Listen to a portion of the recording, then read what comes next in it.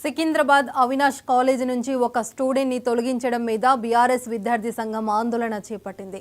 College ముందు బైఠాయించి college యాజమాన్యానికి ప్రభుత్వానికి వ్యతిరేకంగా నినాదాలు చేశారు. తొలగించిన విద్యార్థిని వెంటనే మళ్లీ చేర్చుకోవాలని, నిబంధనలను పాటించని కాలేజీ మీద చర్యలు తీసుకోవాలని నినాదాలు ఇచ్చారు.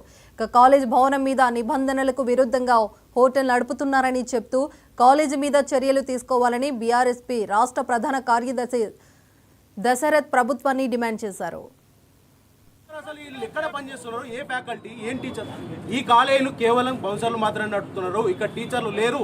ఈ కాలేజీలో టీచర్లు వాళ్ళే, బౌన్సర్లు వాళ్ళే, సెక్యూరిటీ వాళ్ళే, రౌడీలు వాళ్ళే, ఏదైనా కానీ వాళ్ళే. వీళ్ళని పెట్టి నడిపిస్తున్నటువంటి యాజమాన్య తీరు ఈరోజు అవినాష్ కాలేజీలో ఉన్నది.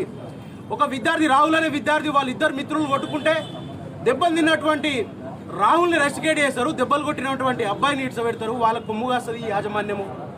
ఆ విద్యార్థి మీద కేసు పెడతారా, టీసీ ఇచ్చి ఈరోజు బయటకు పంపిస్తారు. ఇది ఎక్కడ న్యాయమని మాట్లాడడానికి వాళ్ళ తల్లిదండ్రులు కానీ విద్యార్థి కానీ వస్తే ఈ బౌన్సర్